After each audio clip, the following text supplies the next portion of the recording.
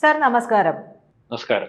Sir, കഴിഞ്ഞ ദിവസം റഷ്യയിലേക്ക് Ukraine ഒരു ആക്രമണം നടത്തി. 117ഓളം ഡ്രോണുകളാണ് അതിനുവേണ്ടി അവർ ഉപയോഗിച്ചത് എന്ന് പറയുന്നു.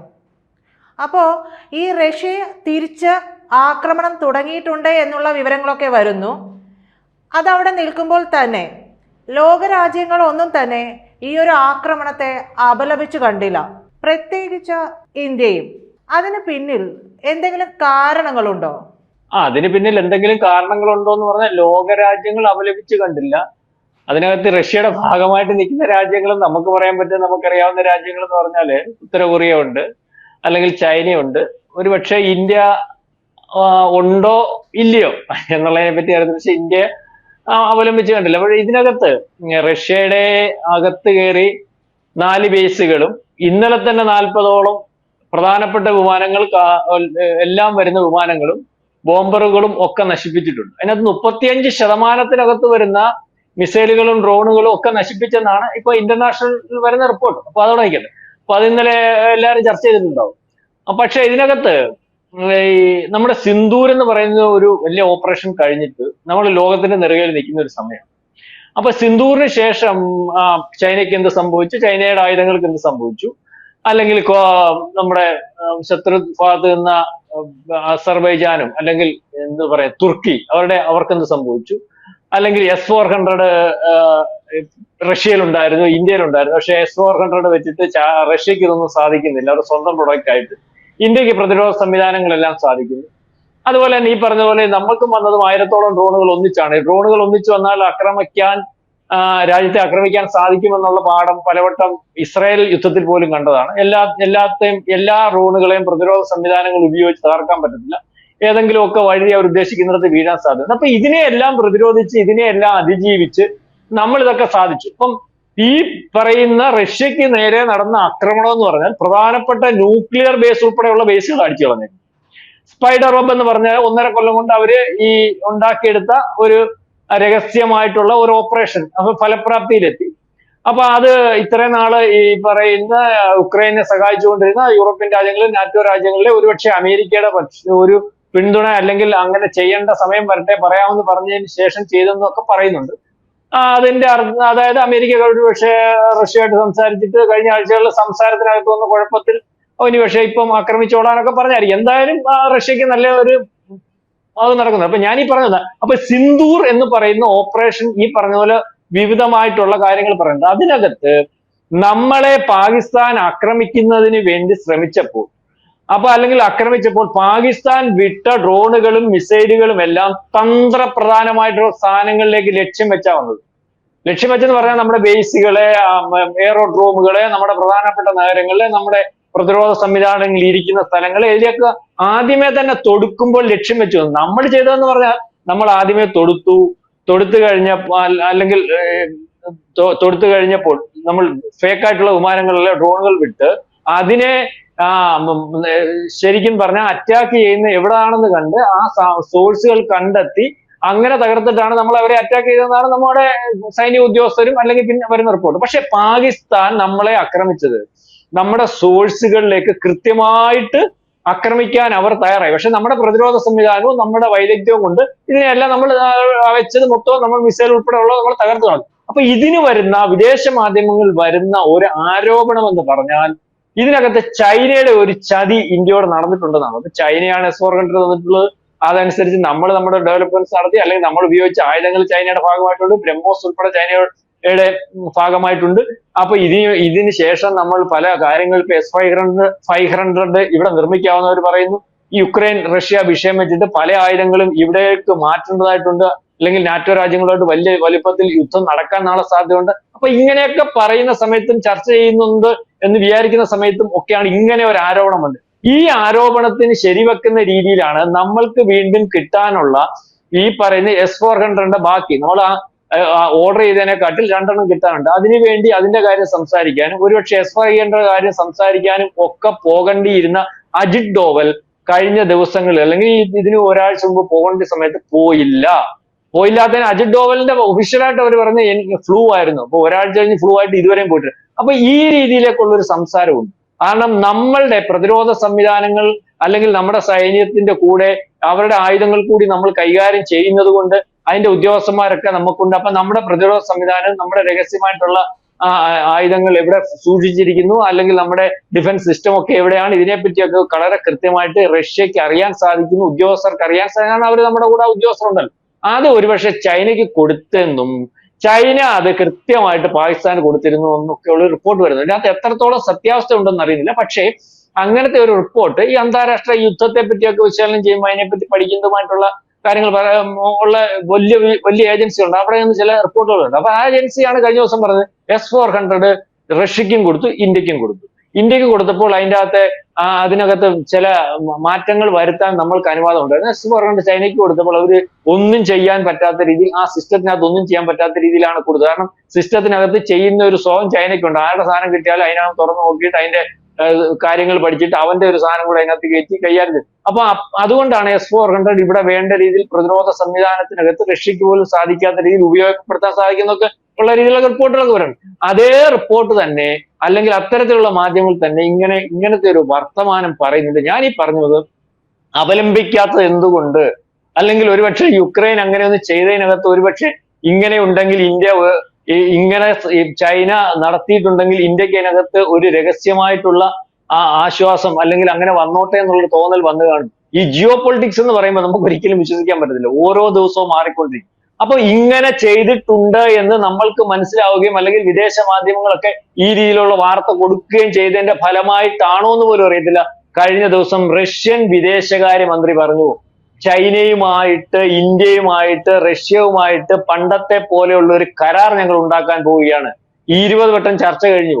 ഞങ്ങൾ അവിടുത്തെ അതിർത്തിയുടെ കാര്യങ്ങൾ കൂടുതൽ വലിപ്പത്തിൽ ചർച്ച. അപ്പൊ റഷ്യയെ ഈ ചൈനയുമായിട്ട് ബന്ധപ്പെട്ട് ഏറ്റവും കൂടുതലായിട്ട് സഹായിക്കുന്ന രീതിയിലേക്കുള്ള ഒരു കാര്യങ്ങൾ പറഞ്ഞു. മാത്രവുമല്ല, ഫ്രാൻസ് ആണല്ലോ ഇവരെ സഹായിക്കുന്നത്, അല്ലെങ്കിൽ ജർമ്മനി സഹായിക്കുന്നുണ്ടല്ലോ, അവരുടെ യുദ്ധവിമാനങ്ങൾ കൊടുക്കുന്നുണ്ടല്ലോ, ഈ ഓപ്പറേഷനകത്ത് ഇവരുടെ ഭാഗമുണ്ടല്ലോ, അല്ലെങ്കിൽ ഈ അമേരിക്കയുടെ F-16 ഉൾപ്പെടെയുള്ള യുദ്ധവിമാനങ്ങൾ അല്ലെങ്കിൽ മിസൈലുകൾ കൊടുത്തിട്ടുണ്ടല്ലോ. അപ്പൊ ഈ നാറ്റോ സഖ്യങ്ങൾ ഇൻഡയറക്റ്റ് ആയിട്ട് സഹായിക്കുന്നു. അവര് തന്നെ കഴിഞ്ഞ ദിവസം ഈ ആക്രമണത്തിന് ശേഷം ഈ ആക്രമണം വലുതായിട്ട് നാളെ കാലത്തെ പടരാനും, അല്ലെങ്കിൽ നാറ്റോ യൂറോപ്യൻ കൺട്രീസിലേക്ക് വ്യാപിക്കാനും സാധ്യതയുള്ളതുകൊണ്ട് കരുതിക്കൊള്ളുക എന്ന് പറയുകയും, കൂടാതെ ഒരു ആരോപണം കൂടി പറഞ്ഞിട്ടുണ്ട്, ചൈനയാണ് ഇതിന്റെ എല്ലാം പുറകിൽ റഷ്യ സഹായിക്കുന്നത്. ഉത്തര കൊറിയയെ കൊണ്ട് ചൈനയ്ക്ക് വേണ്ട ആയുധങ്ങൾ കൊടുപ്പിക്കുകയും പട്ടാളക്കാരെ കൊടുപ്പിക്കുകയും, അതായത് യുദ്ധം നീട്ടിക്കൊണ്ടു പോകുന്നതിന് വേണ്ടിയുള്ള ഇൻഡയറക്റ്റ് ആയിട്ടുള്ള എല്ലാ കാര്യങ്ങളും ചൈന ചെയ്യുന്നു എന്ന് പറയുന്ന ഒരവസ്ഥ. അതിന്റെ അർത്ഥം ചേരി തിരിഞ്ഞാൽ ചൈന, ഉത്തര കൊറിയ എന്നവരെ കൃത്യമായിട്ട് ആ ചേരി തിരിവിലേക്ക് മാറ്റി നിർത്തി ഇന്ത്യയുടെ കാര്യത്തിലൊന്നും പറഞ്ഞിട്ടില്ല. കൃത്യമായ ഒരു ഫോർമാറ്റ് ഇപ്പോഴേ തന്നെ ഉണ്ടാക്കുന്നത്. അതായത് ഒരു 3ാം ലോക മഹായുദ്ധം വന്നാൽ 2 ചേരിയിലേക്ക് പണ്ടത്തെ കൂട്ട് രാജ്യങ്ങളെ തിരിക്കുമ്പോൾ ആ റഷ്യയുടെ ചേരിയിൽ ചൈന വരുന്നു, ഉത്തര കൊറിയ വരുന്നു, ഇത്തരത്തിൽ ആക്ഷേപങ്ങൾ വരുന്നു. അതായത് ഈ ഒരു ആക്രമണത്തിന് ശേഷം തീർച്ചയായിട്ടും റഷ്യ തിരിച്ചടിക്കാൻ സാധ്യതയുണ്ട് എന്ന് എല്ലാവർക്കും അറിയാം. ലോകരാജ്യങ്ങൾ ഉറ്റുനോക്കിക്കൊണ്ടിരിക്കുകയാണ്. റഷ്യ തിരിച്ചടിച്ച് തുടങ്ങിയിട്ടുണ്ട്. പ്രധാനപ്പെട്ട കേന്ദ്രങ്ങളിലെല്ലാം ബാലിസ്റ്റിക് മിസൈൽ ഇന്നലെ തന്നെ ഉപയോഗിച്ചു. പക്ഷെ ഇനിയും അവർ ഉക്രൈനെ ആണോ ആക്രമിക്കുന്നത് എന്നുള്ള ഒരു ആശങ്കയുണ്ട്. ഏതായാലും അതവിടെ നിൽക്കട്ടെ. ഇങ്ങനത്തെ ഒരു ആക്ഷേപം നമ്മളെ റഷ്യ ഒരവസരത്തിൽ, പ്രധാനപ്പെട്ട ഒരവസരത്തിൽ അത് തുടങ്ങുന്നതിന് മുമ്പ് ചതിച്ചിരുന്നോ എന്നൊരു സംശയം ലോകത്തുള്ള മാധ്യമങ്ങൾ അല്ലെങ്കിൽ അങ്ങനെ ചെയ്തിരുന്നു. അതുകൊണ്ടാണ് പാകിസ്ഥാന് തന്ത്രപ്രധാനമായിട്ടുള്ള സ്ഥലങ്ങളിലേക്ക് ആദ്യം തന്നെ മിസൈലുകളും ഡ്രോണുകളും വിടാൻ സാധിച്ചത് എന്നൊരു ആക്ഷേപം വരുന്നുണ്ട്. എത്രത്തോളം ശരിയാണെന്ന് നമുക്കറിയുന്നില്ല. അതിനകത്ത് ശരിയുണ്ടെങ്കിലും ശരികേടുണ്ടെങ്കിലും ഏതായാലും രാജ്യങ്ങൾ സമ്മതിച്ചു കൊടുക്കുന്നതിന് വേണ്ടി തയ്യാറാവുന്ന ഒരവസ്ഥയില്ല.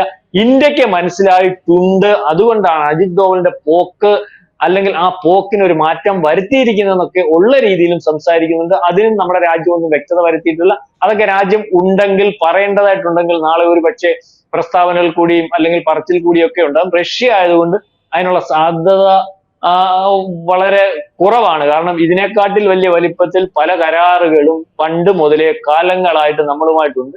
ഇങ്ങനെ ഒരു കാര്യം ചെയ്തിട്ടുണ്ടോ എന്ന് നമുക്കറിയത്തില്ല. കാരണം അതിന് ചെയ്തു കൂടായികയുമില്ല. പണ്ടത്തെ കൂട്ട് റഷ്യയുടെ കയ്യിൽ നമ്മൾ ആയുധങ്ങൾ മേടിക്കുന്നില്ല. അതിന് കാരണം നമ്മൾ ആയുധങ്ങൾ സ്വന്തമായിട്ട് ഡെവലപ്പ് ചെയ്തെടുക്കുന്നു. ഇപ്പൊ റഷ്യയുടെ കയ്യിൽ നിന്ന് ആയുധങ്ങൾ മേടിക്കുന്നതിന് പകരം നമ്മൾക്ക് ഇവിടെ നിർമ്മിക്കാമെന്ന് ഇന്ത്യ നേരത്തെ പറയുന്നു. അവരുടെ ടെക്നോളജി ഇവിടെ കൊണ്ടുവന്നിട്ട് നമ്മൾ ഒന്നിച്ച് നിർമ്മിക്കുന്ന ഒരവസ്ഥയുണ്ട്. അപ്പൊ ഇതിനകത്തൊക്കെ പണ്ടത്തേന്റെ അത്രയും ആയുധത്തിന്റെ കാര്യത്തിൽ അവർക്ക് വരുമാനമില്ലാത്തൊരവസ്ഥയുണ്ട്. അതുകൊണ്ട് റഷ്യക്ക് അത്ര തൃപ്തി ഉണ്ടാവണമെന്നില്ല.